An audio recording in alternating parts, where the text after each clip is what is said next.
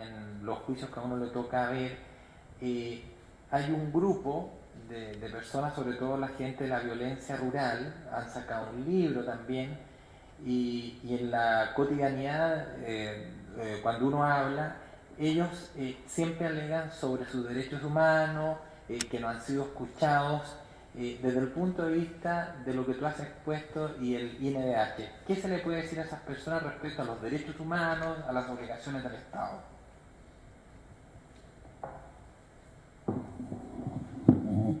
Bueno, intentaré responder. Yo, aclaro, tampoco pertenezco a la comunidad de la ley, soy antropóloga, así que posiblemente mi visión va a mezclar estas dos perspectivas, digamos.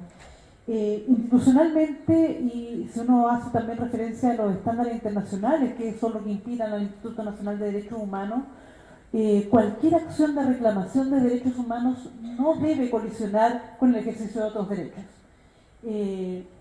La reclamación de derechos tiene una limitante que es el reconocimiento de los derechos de los demás. De hecho, existe un instrumento que a nosotros como instituto nos interpela de manera muy interesante, en particular en la unidad de educación, que es la que yo participo, que es la Declaración de Defensores y Defensoras de Derechos Humanos, que habla del derecho y el deber de ser defensor. Y una de las limitantes del reconocimiento de un defensor de derechos humanos es el tipo de método que usa. Y el pacifismo es una de las herramientas que es destacada, y el reconocimiento de que la demanda de un derecho no puede ser a costa de otros derechos. Aquí hay una complejidad enorme porque la mayoría de ejercicios de derechos personales, no de derechos humanos, estoy hablando de derechos sin apellido, tiende a colisionar con la intención del máximo ejercicio de derechos personales de otros. En el marco de derechos humanos, esto se resuelve por la máxima armonización del conjunto de derechos y no por decir estos derechos corren y estos otros no. En conflictos de larga data como los que vive la Araucanía, esto tiene especial relevancia porque también existe un derecho a rebelión que está mencionado en las introducciones de los instrumentos internacionales y que tiene que ver con la salida que queda cuando la efectividad del derecho en una sociedad y un Estado de Derecho no logra dar respuesta. Ahí hay una tensión grande. Si como Estado no hemos podido generar condiciones para permanencia de un diálogo por 500 años, difícilmente podemos esperar que haya una resolución 100% pacífica de un conflicto que se ha extendido sin una solución. Ahora, igualmente nosotros llamamos a una resolución pacífica y al uso de los instrumentos que da el marco internacional de los derechos humanos para tratar de mantener vivo un diálogo que permita una mejor armonización sobre derechos y que no reactive nuevos focos de vulneración de derechos.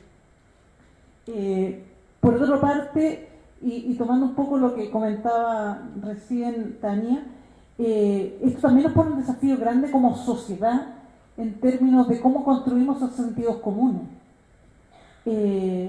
Cuando hay una diferencias culturales, y aquí se va a salir una antropóloga, disculpen, que hacen que entendamos los conflictos y entendamos las dinámicas y entendamos la otredad de manera tan diversa, que sí requiere un esfuerzo empático, porque los sentidos comunes no están compartidos.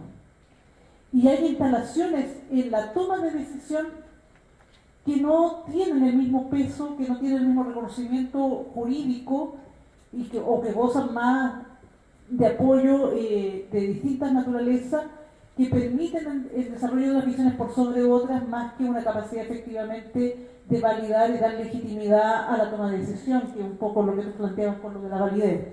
Aquí hay una negación permanente sobre algunas visiones sobre otras y no ha habido un espacio de buena resolución que el diálogo debiera seguir siendo un camino para poder entender las visiones del conflicto y buscar una alternativa, volviendo a lo de Julián, ¿no? Aquí hay varios conflictos de derecho y la política no solo se resuelve con una técnica jurídica, sino con un conjunto de políticas públicas que da alternativas para resolver. Hoy día no hemos buscado alternativas, cada lado está centrado en una única alternativa y no hemos podido ponderar ese conjunto de elementos para armonizar y buscar una solución común. Por lo tanto, la invitación sigue siendo un diálogo para eso, una formación para entender nuestras diferencias y para aprender a mirarnos de una manera distinta, para considerarnos dignos, válidos como sujetos de derecho y no solo como sujetos en pugna. Gracias.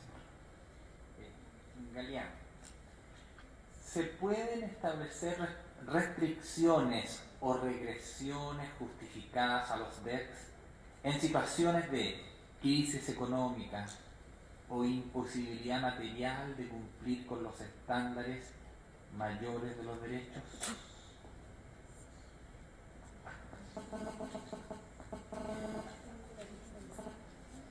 Adelante.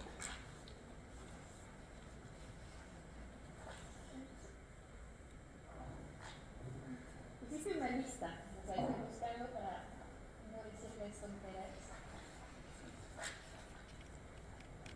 Ok.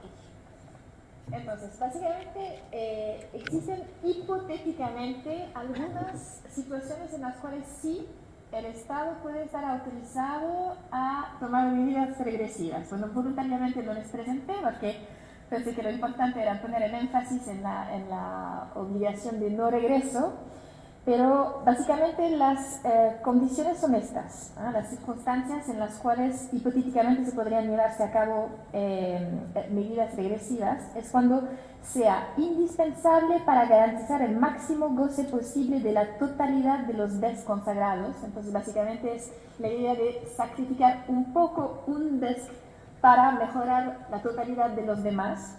Ahí habría que demostrarlo, obviamente. La segunda circunstancia es cuando se hayan agotado las posibilidades de asistencia y cooperación internacional, siempre que se hayan tomado las medidas adecuadas para proteger a la población más vulnerable. Eso vale en particular para los países con un nivel económico muy bajo, algunos países de África, por ejemplo, que dependen casi exclusivamente de la ayuda internacional, y ahí cuando la ayuda internacional baja, obviamente ellos se encuentran en situaciones muy difíciles en cuales puede ser que sean obligados a tomar medidas regresivas en materia de DES. Y finalmente, esas dos circunstancias están autorizadas siempre que no se afecte el contenido mínimo esencial de los DES que les presenté, la lista mínima. Por ejemplo, bajo ninguna circunstancia es posible regresar en la obligatoriedad de la enseñanza primaria obligatoria y gratuita, por ejemplo.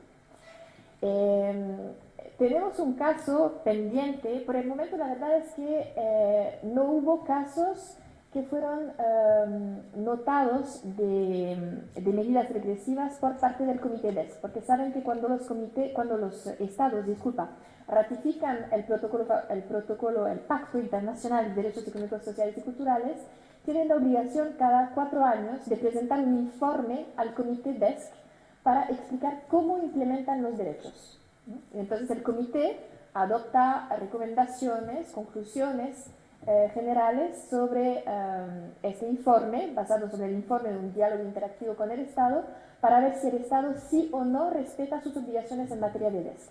Y por el momento no hemos tenido casos de medidas regresivas, pero vamos a tener una muy pronto con España.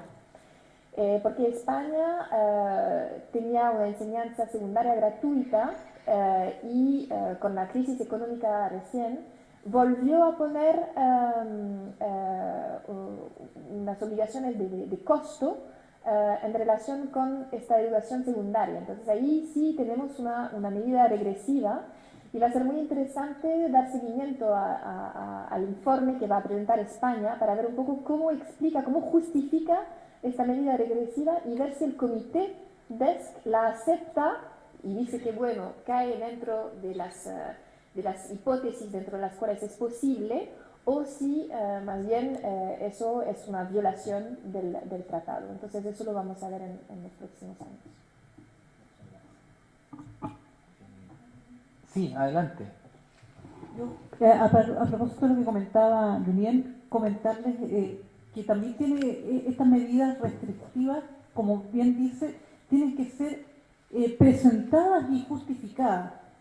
Y parte de cómo se hace el seguimiento y parte de las dificultades que hay algunas veces justamente por estos mitos que hay, es que como es difícil levantar las líneas de base y cuando ya pasa sobre el mínimo, si efectivamente es posible o no levantar una indicación de regresividad y cuándo se hace la medición.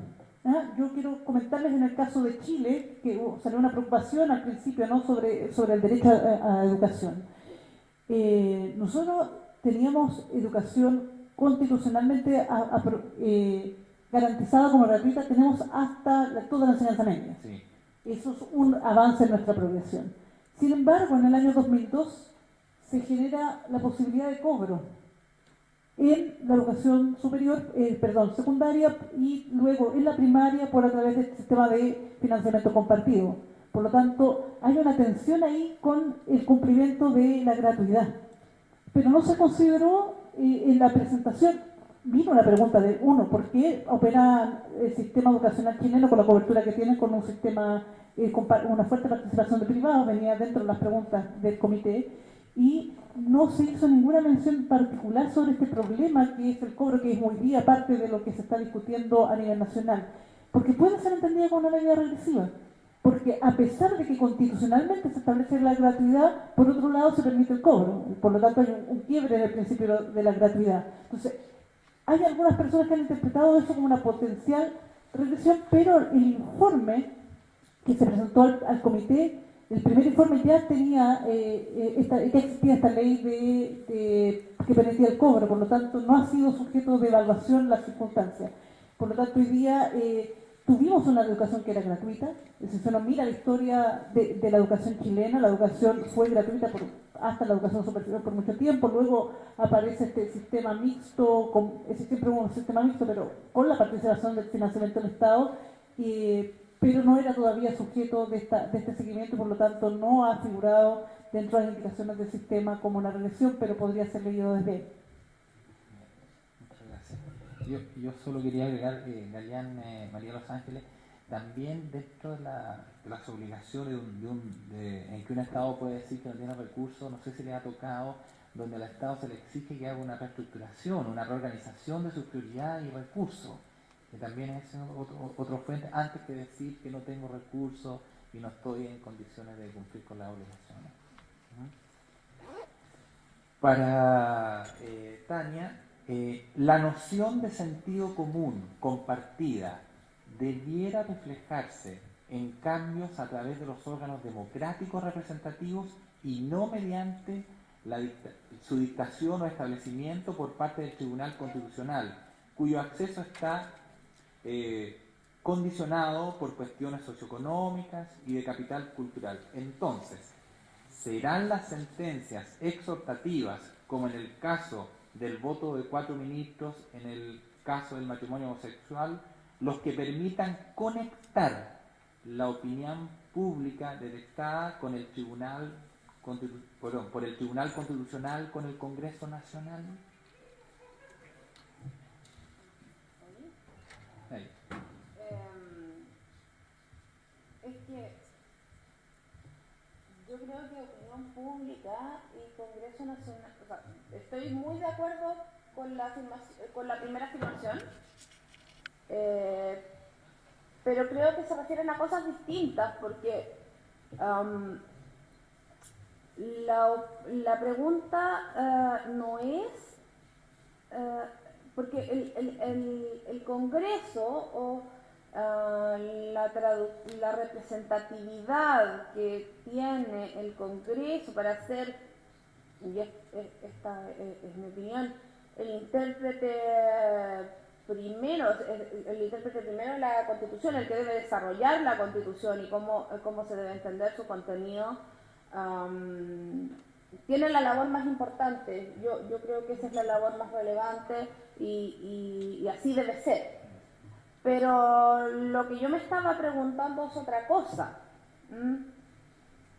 Lo que yo me estaba preguntando es si cuando el juez constitucional falla normativamente, debe o no debe considerar cuál es el entendimiento que tiene la opinión pública sobre lo que significa la igualdad. Y voy a personalizar esto. Nosotros tenemos hoy día un cambio de sentido común en materia de la naturaleza de la familia y el matrimonio. ¿Cierto? Sí. Esto, lo que yo he planteado es normativo. Y es normativo en el sentido de cómo concibe su rol cada juez constitucional. Es decir, cada juez constitucional en su oficina dice, cuando yo decido, debería pensar en que el modo en que la opinión pública o la ciudadanía entiende el concepto familia que está en la Constitución, ¿debería ser eso un elemento de juicio para mí o no? Cuando Marisol Peña o Raúl Bertelsen escriben sus votos y señalan que no estoy pensando, no recuerdo el contenido de los votos en este minuto, pero estoy pensando, qué sé yo, en lo que han dicho en esta sentencia, en la sentencia del matrimonio igualitario o en la de la sodomía, y remiten a conceptos al originalismo, a un pseudo-originalismo o a la esencia natural de las cosas, van absolutamente en contra con lo que es este sentir o este sentido común de las cosas. Esto es normativo, ¿no? Es decir, ellos entonces entienden, o deduzco yo que no consideran que eso debería ser un elemento de juicio, que eso es una cuestión externa. O sea, yo estoy de acuerdo con que, bueno, yo no sé si, yo tengo problemas con esto de las sentencias exhortativas. Yo creo que el Tribunal Constitucional debería como opinar lo menos posible, ser como muy cauto. No es su papel, dice. No, y no hacer como elementos de ninguna evaluación de mérito de cosas, ni andarle dando consejos a nadie, en general. Y dejar que el Congreso haga lo que tiene que hacer y ser muy cauto, ¿no?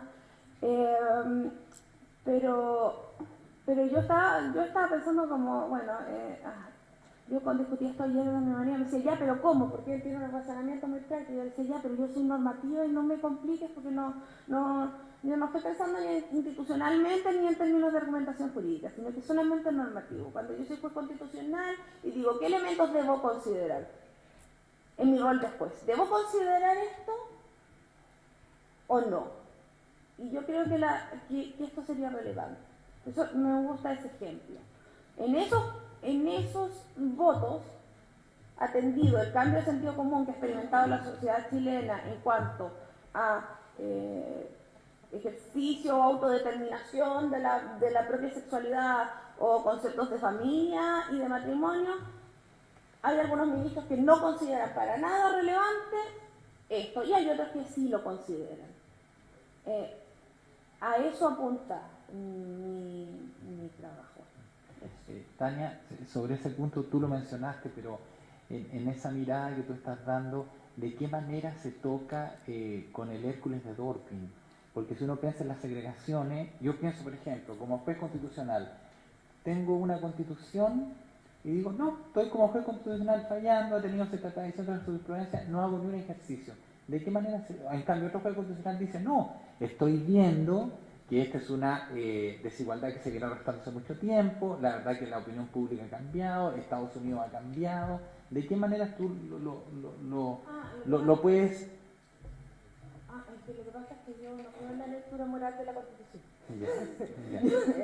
Creo en el constitucionalismo político, popular, creo que los derechos fundamentales no existen como una cuestión metafísica, creo que son procesos civilizatorios de la humanidad, entonces... Pero en ese caso de la universidad norteamericana, donde había esta segregación, sin ser moralista, o sea, ¿cuál sería el ejercicio de un juez constitucional en tu mirada ahí? ¿Cuál habría sido la solución ahora estando nosotros aquí en Chile si tuviéramos el inconveniente? que hay una segregación en determinada zona y para entrar a la universidad. Ah, ¿Cómo un juez constitucional habría resuelto eso en su asiento? Bueno, la Constitución... no lo sé. No sé, te consulte. No lo sé. A ver, lo que pasa es que es muy atractivo. Claro, lo que pasa es que todos querríamos haber estado en la Corte Warren, ¿no? Claro. Porque es muy muy glamoroso. muy glamoroso y a todos nos cae muy bien, porque a todos nos cae muy bien, porque pero yo creo que si uno va, pero en el fondo es sustituir una moral por otra. Y perdemos libertad política ahí. Sí, yo sé, mi posición es peligrosa. Sí, yo sé. Ahí hay posibilidades de perder también algunos derechos. Pero yo creo que el discurso de los derechos humanos como una cuestión, y me pueden tratar, pero como un discurso se parece mucho a los discursos religiosos a veces. Y en el fondo creo que en la hegemonía de lo políticamente correcto perdemos libertad política y perdemos democracia. Y a mí, teniendo que hacer la apuesta, yo voy a apostar por la regla de la mayoría. Eso. De acuerdo. Muchas gracias. Galeán, aquí un alumno consulta, tú has hablado en tu excelente exposición sobre los pactos internacionales, ¿no es cierto? ¿Qué hay sobre algún convenio internacional sobre los derechos de los pueblos originarios? ¿Sabemos qué? ¿Tu opinión dónde debe estar? Bueno, entonces, a nivel de Naciones Unidas, a nivel entonces del derecho internacional de los derechos humanos, existen dos instrumentos fundamentales relacionados con los derechos de los pueblos indígenas. Uno fue mencionado esta mañana, es el Convenio 169 de la OIT sobre los derechos de los pueblos originarios, entonces que es un convenio de la Organización Internacional del Trabajo, que fue ratificado aquí en Chile y que presenta, que obliga, el Estado, es jurídicamente vinculante, obliga al Estado a adoptar medidas para consultar, en particular a los pueblos indígenas. Y el otro documento es un documento más reciente, del 2007, porque el convenio de la OIT es del 89, pero es un instrumento que no es jurídicamente vinculante porque se trata de la Declaración de Naciones Unidas sobre los Derechos de los Pueblos Indígenas. Entonces, ustedes imagino conocerán la diferencia entre una declaración y un tratado o una convención. Entonces, es lo máximo a lo cual los estados pudieran ponerse de acuerdo hasta la fecha. Eso no significa que en el futuro no tendremos una convención internacional sobre los derechos de los pueblos indígenas, pero por el momento tenemos una declaración. Pero es verdad que una declaración no tiene el mismo carácter vinculante que una convención. Pero igualmente esta declaración ya tiene un peso bien importante por varias razones. Primero, porque fue una declaración que se negoció en Naciones Unidas, en Ginebra, durante más de 20 años. Entonces ustedes imaginen, ¿no?, que su país va a mandar diplomáticos, juristas, a negociar durante 20 años un texto que considera que no va a tener ningún efecto o ninguna obligación para el Estado. Yo creo que no.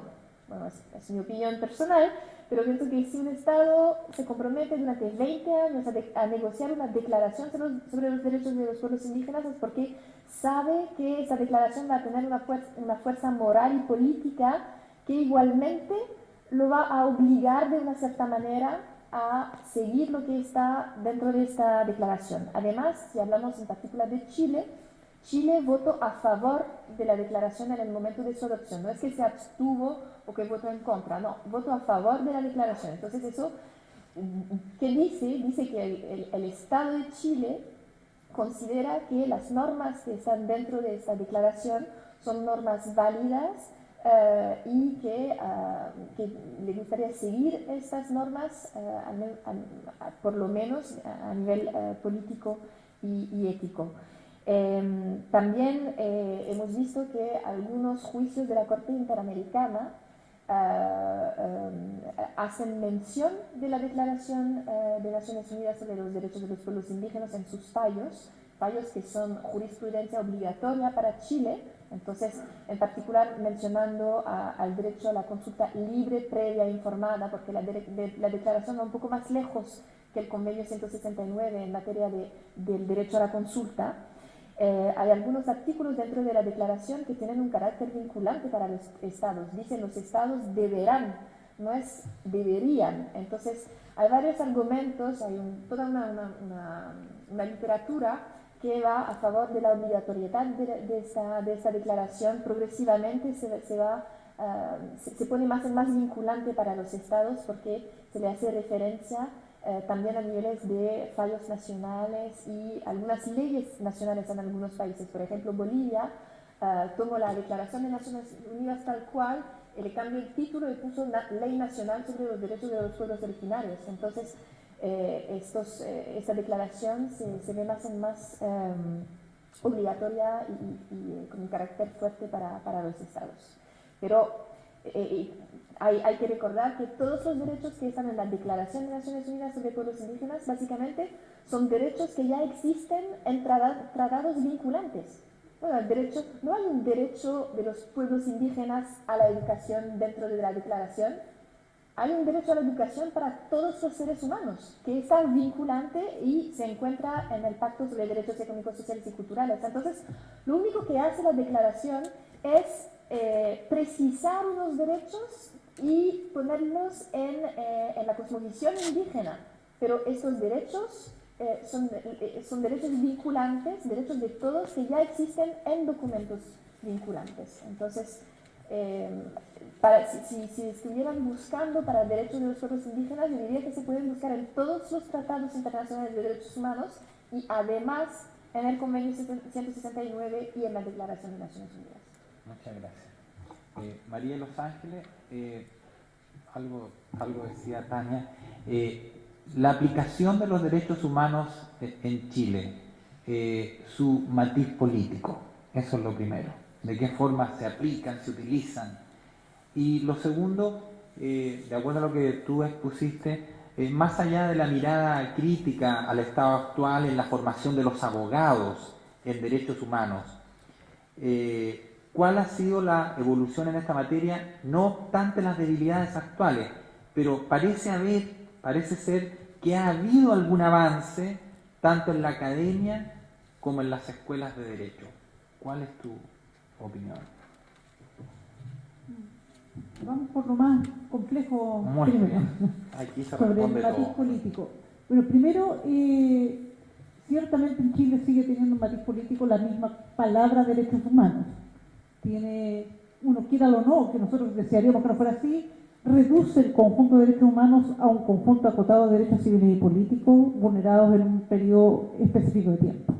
De hecho, el seguimiento y el informe anual que genera el Poder Judicial tiene una sección que dice causas de derechos humanos, en que no hay ninguna causa de derechos económicos, sociales y culturales, que no hay causas de derechos del niño, de derechos de la mujer, ni derechos de discapacidad, etcétera, etcétera, ¿no? Es decir, hay una concepción aún muy restringida y muy política de lo que son los derechos humanos. Eso es una de las mayores debilidades que tiene el ejercicio de derecho en Chile. No pasa solo por los abogados, pasa por la sociedad en su conjunto, que tiene que cambiar su comprensión de lo que estamos hablando. Y junto con esto, por cierto, entonces viene una limitante en la comprensión de los derechos humanos como una cosa de las izquierdas y no del conjunto de la sociedad. En el mejor de los casos, como un tema de los que no pueden solos, de los grupos marginados, no que cada uno de nosotros tiene un conjunto de derechos que el Estado nos tiene que resguardar. Ahí hay otra de las limitantes que también tiene entonces o el sesgo político partidista por un lado o el sesgo político asistencialista, por decirlo de alguna manera, que son dos de los sesgos más complejos para trabajar.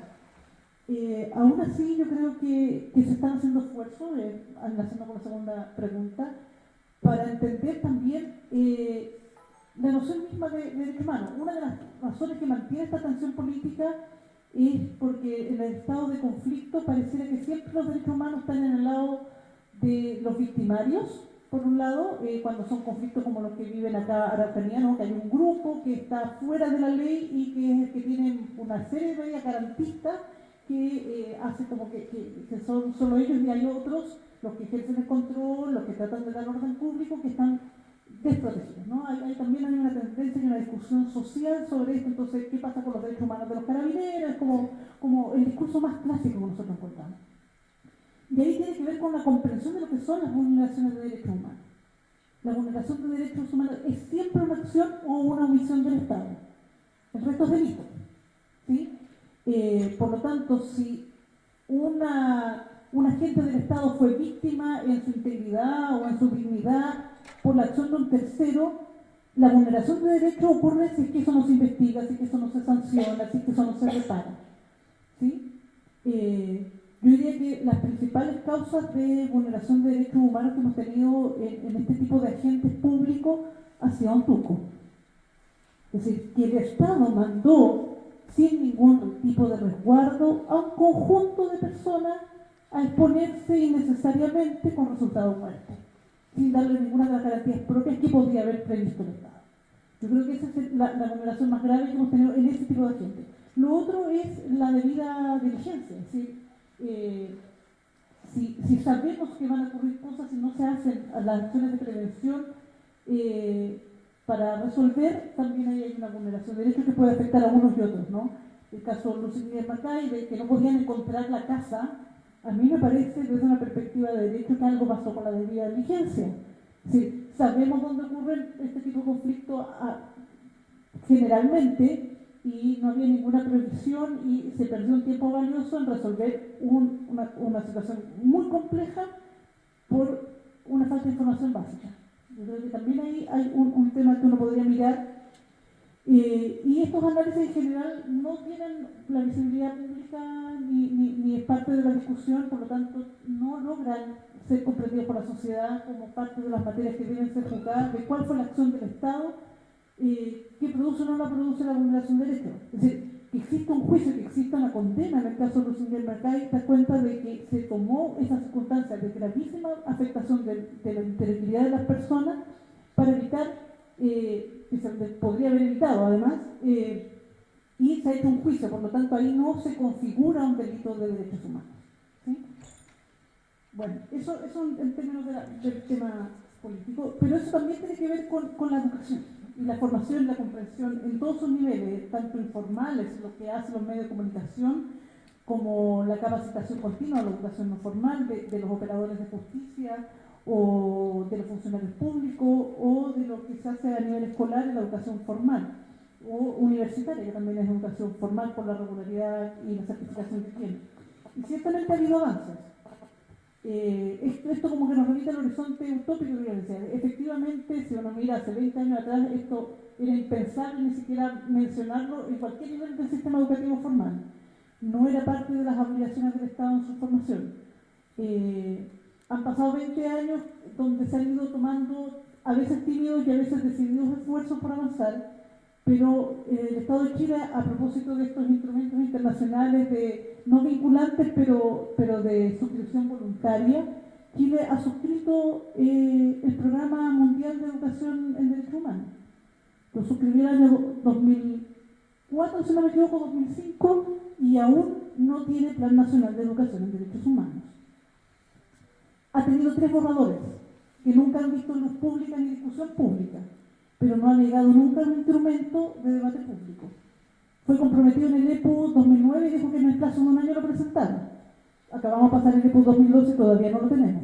Es decir, tenemos ahí avance, ha habido una mejor integración, empiezan a aparecer estos cursos electivos en las universidades sobre derechos humanos, ya el 25% los tiene obligatorio, es decir, efectivamente tenemos avance, pero siguen siendo todavía espacios marginales dentro de lo que requiere un país como el nuestro para dar el salto en la comprensión y en la y la mejor garantía de derechos humanos. Es decir, nadie puede reclamar lo que no conoce, nadie puede proteger lo que no sabe que tiene que proteger. Yo creo que son dos elementos que son claves.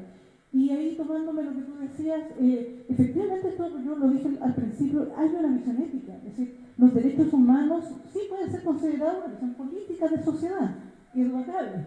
En algún minuto, el Instituto Nacional de Derechos Humanos fue criticado por otra universidad, no por esta, de que estaba inspirada en políticas igualitarias. Pero, claro, esa es la esencia de los derechos humanos, la igualdad de las personas. El artículo 1 de la Declaración Universal a cualquier otro instrumento dice que las personas nacen libres e iguales en derecho. Es decir, claramente es una ideología de la igualdad. Y eso claramente tiene una dimensión política, ¿sí? Que la podemos revisar, que la podemos discutir socialmente, pero tiene un concepto de sociedad, tiene un concepto de humanidad que no es neutro, volviendo un poco a tu discusión. Y en ese sentido, el punto es cuántos metemos dentro de ese saco, cuántos sacamos dentro de ese saco que decimos humanidad e igualdad, ¿no? Que es lo que ha sido la historia de la conquista de los derechos humanos. Muchas gracias.